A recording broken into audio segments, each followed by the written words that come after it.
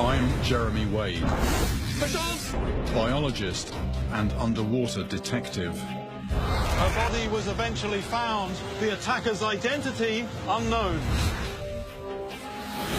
In seas and rivers around the world, I've gotten hands-on with some of the planet's most nightmarish creatures. Beasts that have often been blamed for mysterious deaths.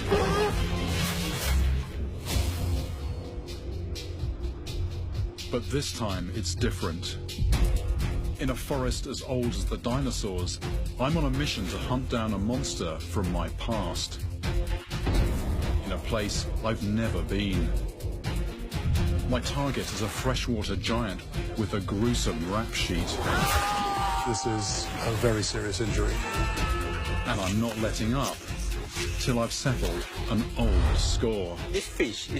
And it pulled a cow. It pulled a cow into the water. Here we go. Here we go.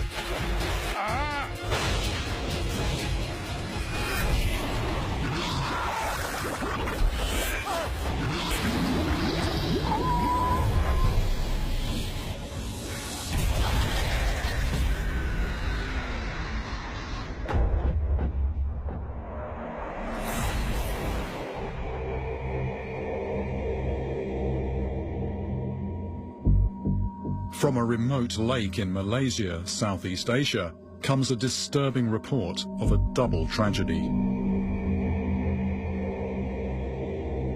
The sun is out and the water is calm. But something isn't right.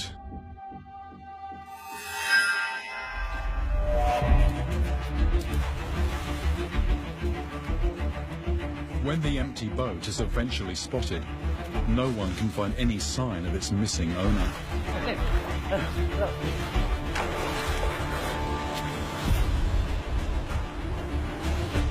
A dive team is called in, fully equipped to scour the depths.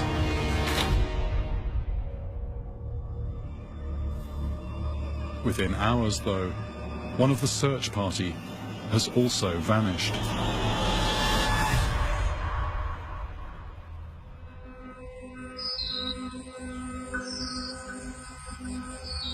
It takes another day to locate both victims.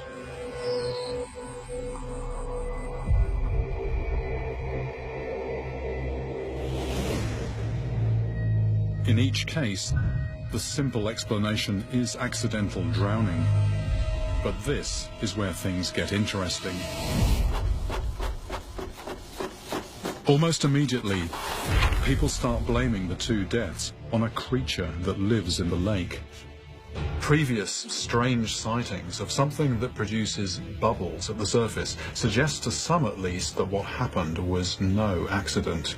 Even more surprising, though, is the proposed identity of the killer. Arapaima are not native to Malaysia. They're a predatory fish from South America. Yet according to this report, one of them could have ended up in the lake after it was released as an unwanted pet many years ago. The idea of a deadly Arapaima is certainly intriguing. I know from painful experience that this fish can blast out of the water like a missile. A big one could potentially knock a man out of a boat or ram a diver. On the other hand, descriptions of the supposed Arapaima are pretty sketchy, ranging from dark brown to silver in colour, and anything from 4 feet to 15 feet in length. Then there's this internet photo claiming to show the captured beast. Sitting here thousands of miles away, it's hard to judge it, but I have to say I'm sceptical. So is there really a rogue Arapaima on the loose? And if so, did it have anything to do with the two deaths? I think there could be more to this mystery than meets the eye. So I'm heading to the scene of the tragedy.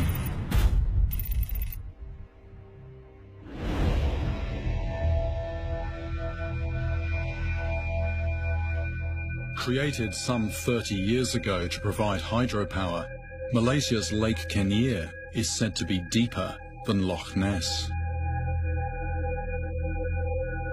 Entombed within it are the remains of 13 flooded villages. I often get vital clues from villagers, but out here, there doesn't appear to be a living soul.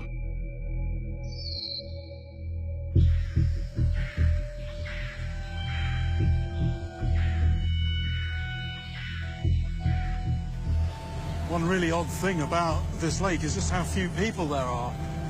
Apart from a few scattered tourist attractions, it's pretty well deserted. And even these modern resorts look as if they've almost been left to the jungle. It's really quite spooky.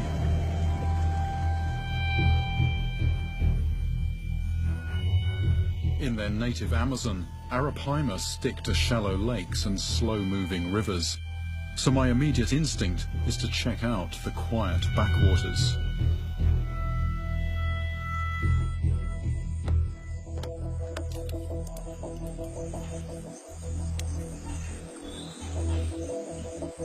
Just like the day when the men went missing, the lake is dead calm, and I'm itching to interrogate it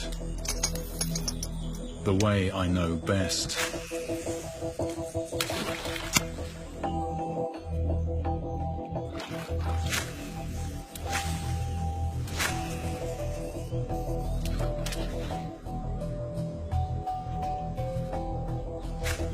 Arapaima give themselves away when they surface to gulp air, but for several hours there isn't so much as a ripple.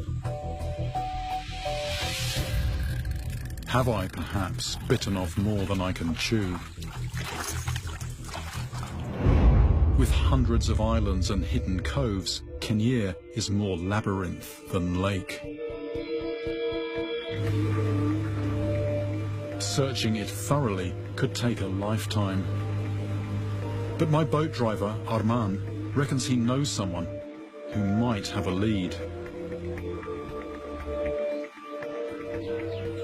Khairul Abu Bakar is a wildlife guide who spent 10 years recording everything that lives in and around the lake. Elephants, black panther, Wow. Tiger. tiger. Are there many tigers here? I think so, because we found lots of footprints. To me, I mean, who are they? They are the Batik tribe. They live in the forest. They don't Yeah. live in the towns and the villages. Stay in the forest, but they migrate from the one place to one place, looking for food. I'm intrigued by these batek, but it's a big fish I need to focus on.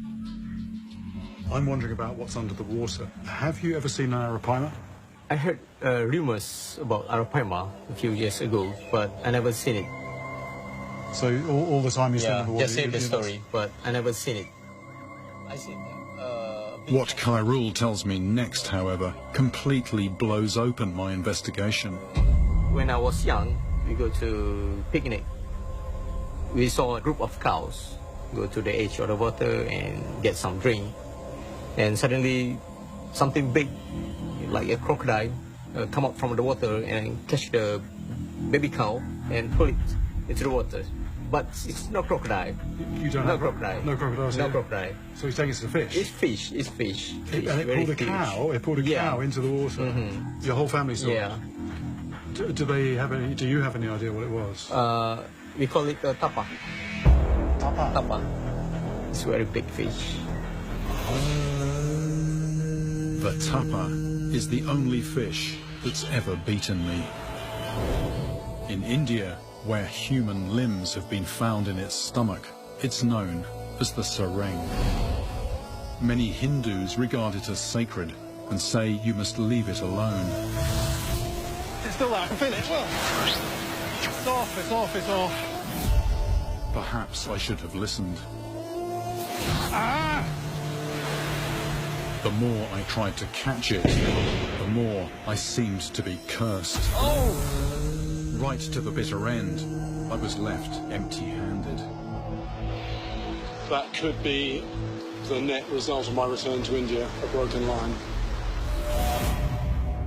Capable of growing as long as a man, the tapah is Malaysia's biggest freshwater fish. Unusually for a catfish, it's known to gulp air. And despite its size, it's surprisingly agile. After Khairul's story, I'm wondering if the tapah could be the culprit. Like the arapaima, the tapah is carnivorous.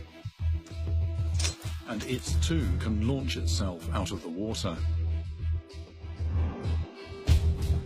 But which, if either of these two predators, arapaima or tapah, is actually stalking this lake?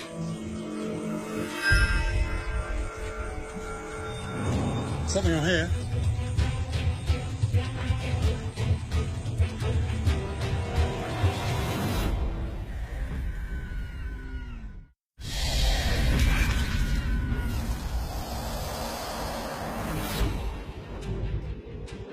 A double tragedy on Malaysia's Lake Kenyir has stirred up speculation about a giant fish. And I'm on the trail of two possible culprits. Rumour has it that a South American fish called an arapaima is on the loose, on the wrong side of the world. But maybe the mysterious lake monster is a native tapah, the only fish that's ever defeated me. Something on here.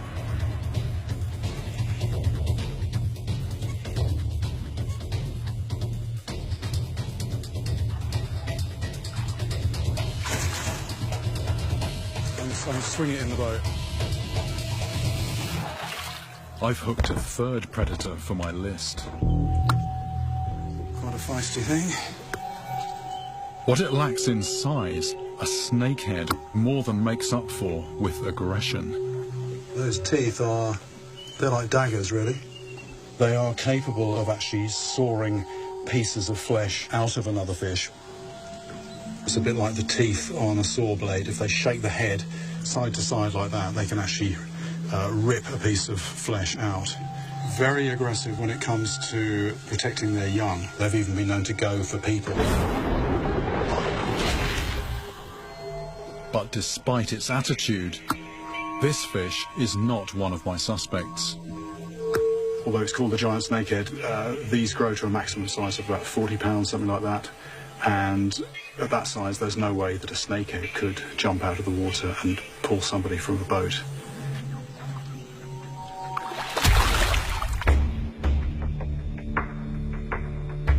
It's encouraging to have caught something, but I'm no closer to finding the alleged lake monster.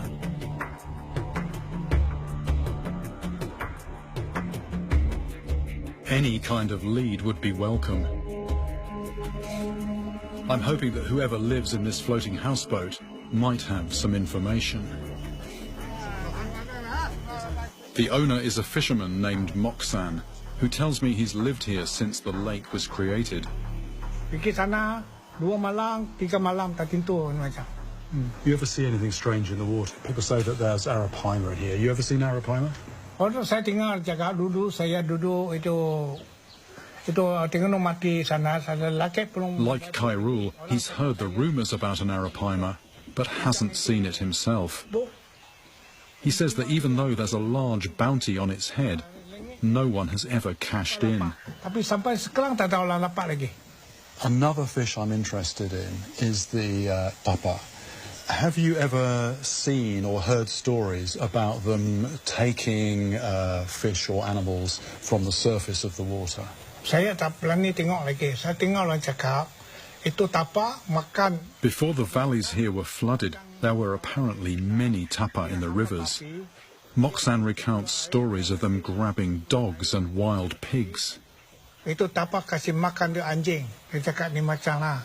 Tapi bahaya tu itu air saja boleh naik tinggi ni macam sekali naik ni macam yang takut loh. But it sounds like the lake could also be harbouring a very different kind of killer. And this one is no fish. Di mana? Oh, ini macam saja. Sekejap dia. Wow, we were just talking about tapah attacking things on the surface, and he's just said to me, what you've got to worry about here is something else. And at first I thought he was talking about a whirlpool. Apparently it's not a whirlpool, the water isn't turning, it actually bubbles up, and it starts fairly small, but it spreads to cover an area about 40 feet across. That's actually wider than the width of this boat here, and he says you get sediment and air and all sorts coming up from the bottom. Certain deep lakes are known to belch deadly gases. He says it's very scary, it's very spooky, particularly if you're on a small boat, you don't want to be anywhere near it. Could this strange phenomenon explain the missing boatman? One thing that's becoming clear to me is that this lake is even more mysterious than I thought it was. Moksan's warning has put me on edge. The more I get to know this place, the more sinister it feels. But maybe at last I'm about to get a breakthrough. Tipped off about my investigation, a witness has come forward. Someone who claims to have seen and photographed the elusive lake monster.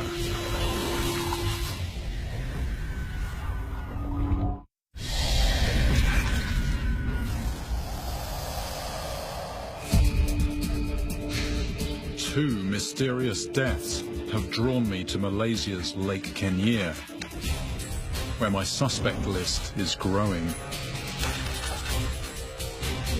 There are rumours of a rogue arapaima, but so far I've failed to find a witness.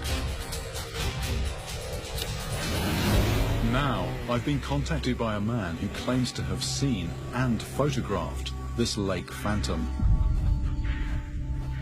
All I know about him is that he's a fisherman who goes by the name of Matt Rambo. Hello. Hello, are you Matt? Yeah. Hello, I'm Jeremy. You saw the arapaima in the lake. Can you tell me exactly how that happened? Saya sedang memancing ikan telah. Lepas tu saya nampak tepi tu ada macam ikan besar kan. One evening, he was out fishing on the lake. He's in his boat. It's just him in the boat. Super macam ikan naga. Saya ambil gambar.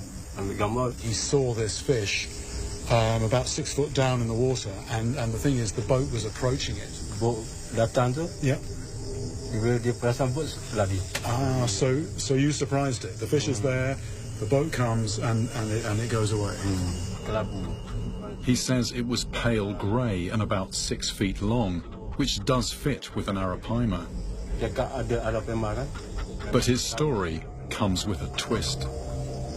Sebab kemarin dia pakai handphone. Handphone sudah hilang. So you had it on your phone, but since then the phone has fallen in the lake.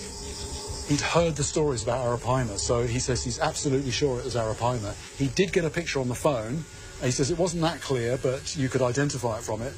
Since then, unfortunately, he's dropped the phone in the lake, so that the lake has taken back the evidence of this sighting. But he's certain that it was an arapaima. Arapaima or not, at least I now have a possible location. And I'm curious to revisit the one photo that does exist. The photo that was posted online. I think the key detail for me is the soil here, the colour of it. If you look at anywhere on the lake here, it's this sort of reddy orange colour, whereas here it's almost white or grey. Then there is this house in the background. That doesn't look like any of the buildings I've seen on the lake here. So although this is a genuine picture of a big arapaima, I am pretty certain that it wasn't taken here.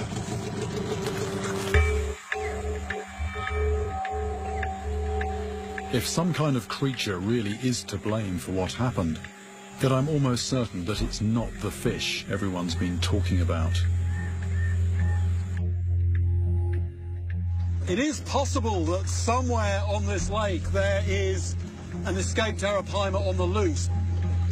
But even if there is, do I believe that it could have knocked somebody out of a boat and rammed a diver. There are two very specific circumstances when arapaima will go for people. The first one is when you've got one cornered in a net. The second circumstance is when the arapaima are defending their nest. Now, here, nobody tries to net arapaima, and in order to have a nest, you have to have two individuals which find each other somehow and form a breeding pair. Which brings me to the biggest factor really, which is just the math. In order to fall foul of an arapaima on this huge lake, it would be an absolute 1,000,000-to-1 freak accident. I don't think an arapaima can be the culprit. And that leads me to focus on my second suspect. The only river monster that's ever eluded me.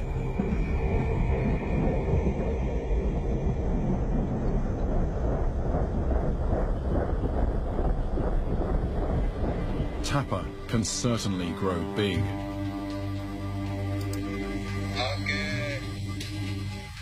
But do they deliberately attack people?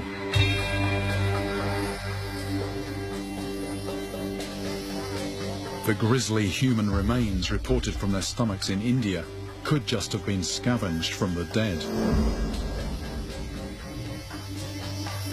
Before I can accuse this fish, I'm going to need proof of intent. Prompted by stories of aggressive tapah in another part of Malaysia, I'm heading to Sarawak on the island of Borneo. Tapah also live here, not in empty backwaters, but in busy rivers where people live, work, and play. In the village of Pandan, I'm told that many parents keep their children out of the water for fear of them being snatched by one of these fish. So this river, the big river. A few inquiries lead me to a man named Madahi, who still remembers the day someone was attacked right in front of his house. So this was a young boy, 3-4 years old. He was with his mother and father on a platform. Ada masa seorang memang ada buat di atas jelatong, memang ada. Tidak banyak ikan apa. Both parents are busy with their daily chores. Memang di atas jelatong. Ada juga di rumah, tidak semua lah. They don't let kids here bathe on their own. They're always sort of supervised to some extent. Kami main-main ikan keluar, dia bawa macam gelembung. Madahi describes bubbles at the surface. This is a key detail for me, since tapah are thought to control their buoyancy by gulping and then releasing air. There's a splash. Something's grabbed him by the leg. The boy could easily have vanished, but his quick-thinking father pulls him to safety. If he hadn't done that, the child could well have disappeared. And this definitely wasn't a crocodile. Bukan. No. So this was a fish. This was ikan tapah. Iya. Memang ikan tapah. There were marks on his leg. This was a fish that they estimate would have been 60, 70 pounds in weight or something. And this happened just a couple of 100 yards down the river from here. Madahi's account adds to other reports from along this river of a fish that attacks ducks, dogs, and even boat propellers. But what I discover next is in a different league.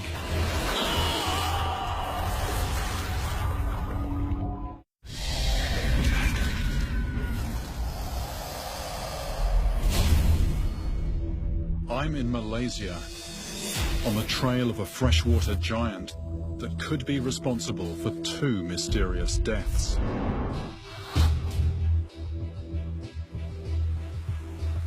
The tapah is a fish that's cut through my line before. Oh! It's off, it's off, it's off. And I'm determined not to let it get away a second time. On a busy river in Borneo, I've already heard stories of tapah attacking boat propellers and even children. Now I'm trying to find out if it's bold enough to target a full-grown person. People say that you have a story about somebody in the water. Nia Leng, a village elder, tells me that with this fish, even adults are fair game.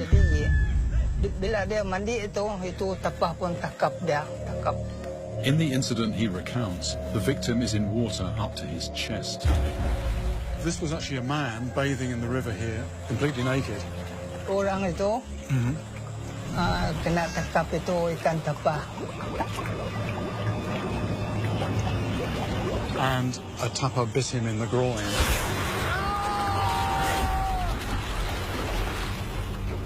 This is a real step up. This is something more serious. With nothing to protect his skin, what happened? He actually had one testicle removed. This is a very serious injury. Though the man survived, it seems that a big tapah will go for pretty much anything. Even if it occasionally ends up with more than it can swallow. The tapah is now my prime suspect, but I know from bitter experience that catching it won't be easy. In theory, a lure that mimics a small fish should trigger a predatory response. And by towing it behind the boat, I can cover large stretches of river.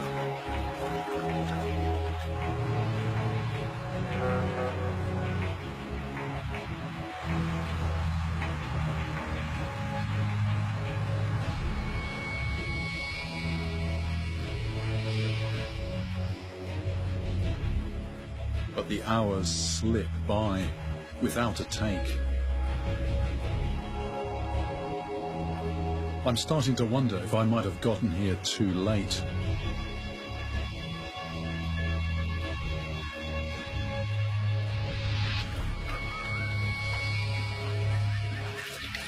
This river is the first place where I've heard stories of tapah actually going for people. So it's clearly a fish with attitude, but what's equally clear travelling along the river is the sheer amount of fishing pressure. Everywhere you look, there's lines going into the water, there's nets. So the question facing me is whether the big ones are still actually here. Sticking around on this heavily fished river feels futile. But where on earth do I go next? The tapah is the only fish that's ever defeated me. And to put that right, I'm ready to take a gamble. The batik tribe. Doubling back, I return to the mainland, where I've obtained special permission to visit a tribe of hunter-gatherers who live deep in the forests of Taman Negara.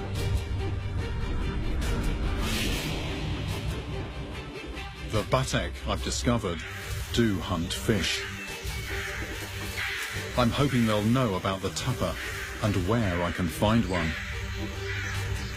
But I've no idea if they'll welcome an outsider.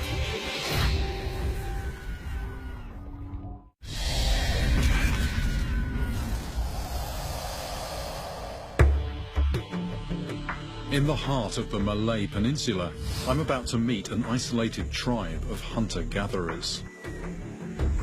This is Jeremy. Hello. Jeremy. The batik are a remnant population with ancient African roots. At Kampung Au, they seem friendly enough. And our conversation soon turns to the tapah. So it's a very long fish, a big one. Could be the length of this table. Sometimes. Before long, my guide Roslan and I are hearing all kinds of hair-raising, first-hand accounts. So you were chased, but it didn't eat you? Yeah.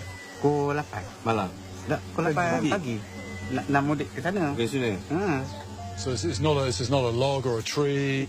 Something hit the boat. It's easy to warm to these fellow fishermen who are positively eager to share their knowledge. If I want to catch one, can you suggest a good river?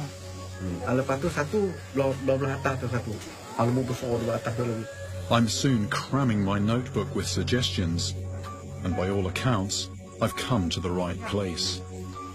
They're definitely talking a big fish, an aggressive fish, one that they respect. So if I want to catch one, they say, strong tackle, get off the main river, go up a side tributary.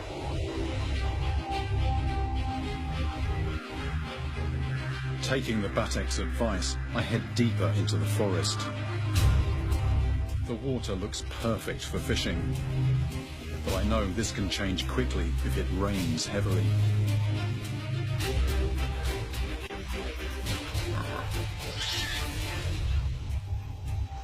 According to Roslan, a tapah likes nothing better than live meat. It's about 3 foot. He tells me he once saw a big one grab a monkey off an overhanging branch. So the tapah came right out. Came right down like that, grab, just disappeared. And you saw that? I saw that. The boatman, meanwhile, says he's seen a tapah trying to swallow a still thrashing 6-foot monitor lizard. How big was this tapah? Saya tak pasti bukan 60 ke 70 kilo. 60, 70 kilos, so to 150 pounds. Yeah. By any measure, that's a big fish. Roslan has come prepared. Local legend has it that this small Kelly catfish is just what you need to rile a tapah. It doesn't look very appetizing, but there's a story, the locals say, that the tapah is jealous of these rather luxuriant whiskers on the chin. The tapah has rather pathetic ones. They're very short like that. So the tapah is jealous of this fish. When it sees it, it makes it angry. Sounds like the tapah has serious anger management issues. Let's hope it works.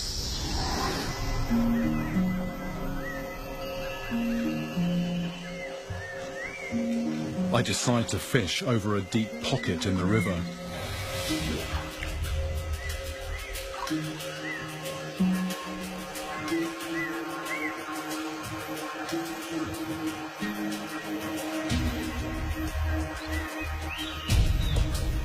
And within minutes, something powerful has hit the bait.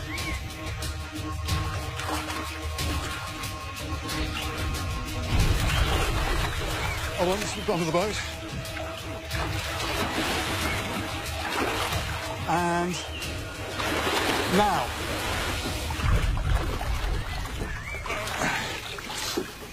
We got a snakehead. The float just vanished, and I thought it's got to be a tapah. I was using a large bait that engulfed a 3-pound catfish. And it just reminds you that fish are not like us. We cut things into bite-sized lumps and chew them. Fish very often just swallow something whole. Powerful, muscular fish. And you can see why they call them snakehead. That head is just like a snake's. I'm pleased with that, very pleased with that.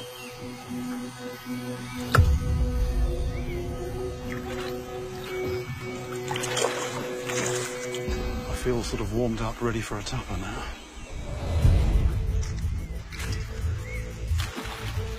Clearly, there are predators on the move.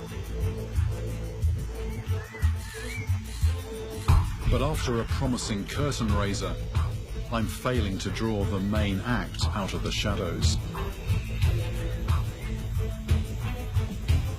It looks like I could be in for a long night. Local fishermen like Roslan simply tie their lines to flexible branches and don't come back until dawn. But that's not my style. If I hook a tapah, I want to bring it in quickly, get a good look at it, then release it unharmed. So I'm placing my baits carefully on the edge of deep water, and then running the lines back to my rods on a small, clear space on the opposite bank. A little bit. That's it. That's good. Leave there. What will happen is that the weak line now will break and I'll be into a fish. That's the theory anyway.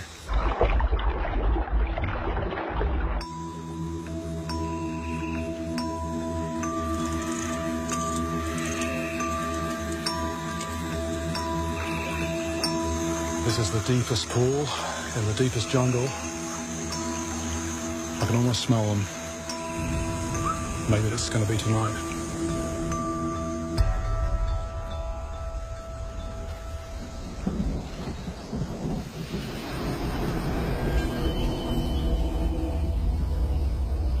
But as the night wears on, I'm tortured by bad memories.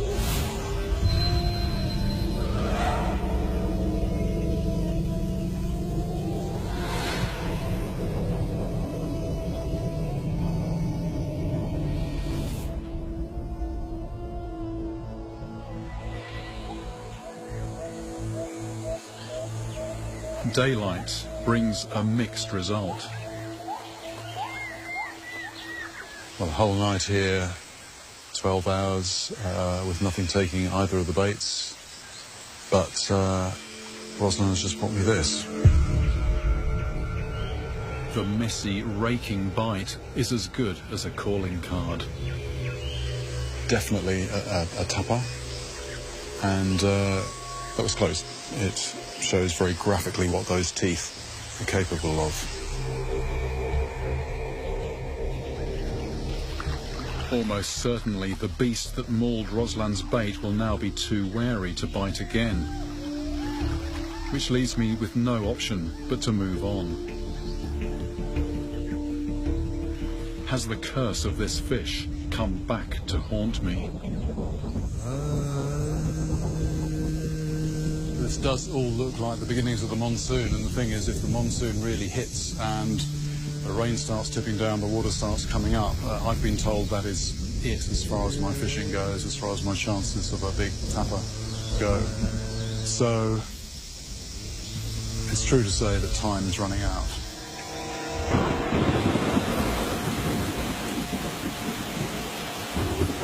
As I race to find a new fishing spot, the monsoon launches its first big salvo.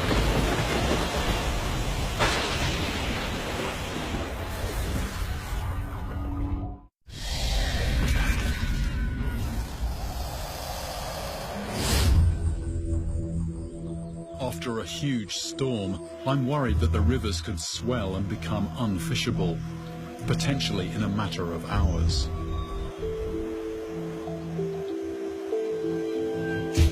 Setting up on the bank as before would eat precious time.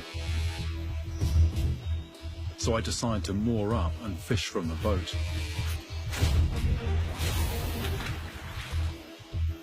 All I can do now is wait and hope that the fishing gods will see fit to lift their curse.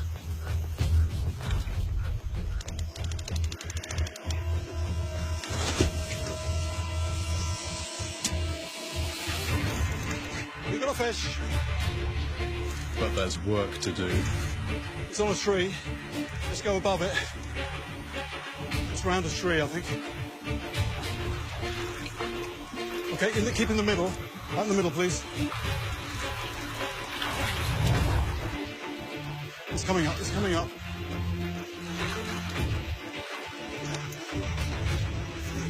Right, ready? I'm ready.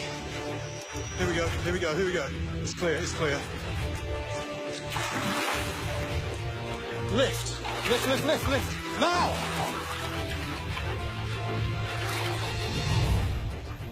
We have it. We have it. Tapah.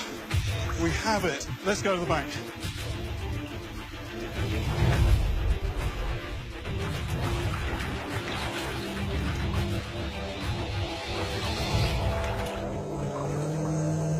At long last, my tapah curse has lifted. Right, let's have a look at this beast.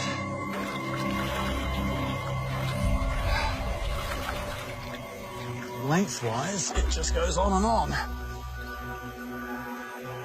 This is a fish with eyes bigger than its stomach.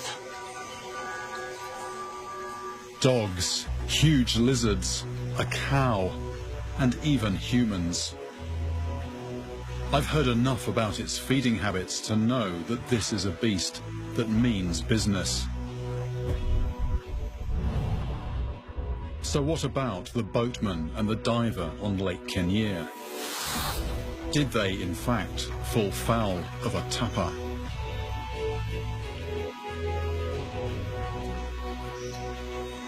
The one thing that's actually bothering me is the teeth. They're very sharp, they're very numerous. If one of these jumped out of the water and grabbed you, your arm or your leg is going to look basically like hamburger meat. And yet, neither of those corpses at Lake Kenyir had so much as a scratch. For so long, this creature has been my nemesis. But that doesn't make it guilty of homicide. Maybe for once, the real culprit isn't an animal. But even if the 2 deaths on Kenyir remain a mystery, it hasn't all been in vain. At long last, I've finally caught it. The tapah is no longer the one that got away.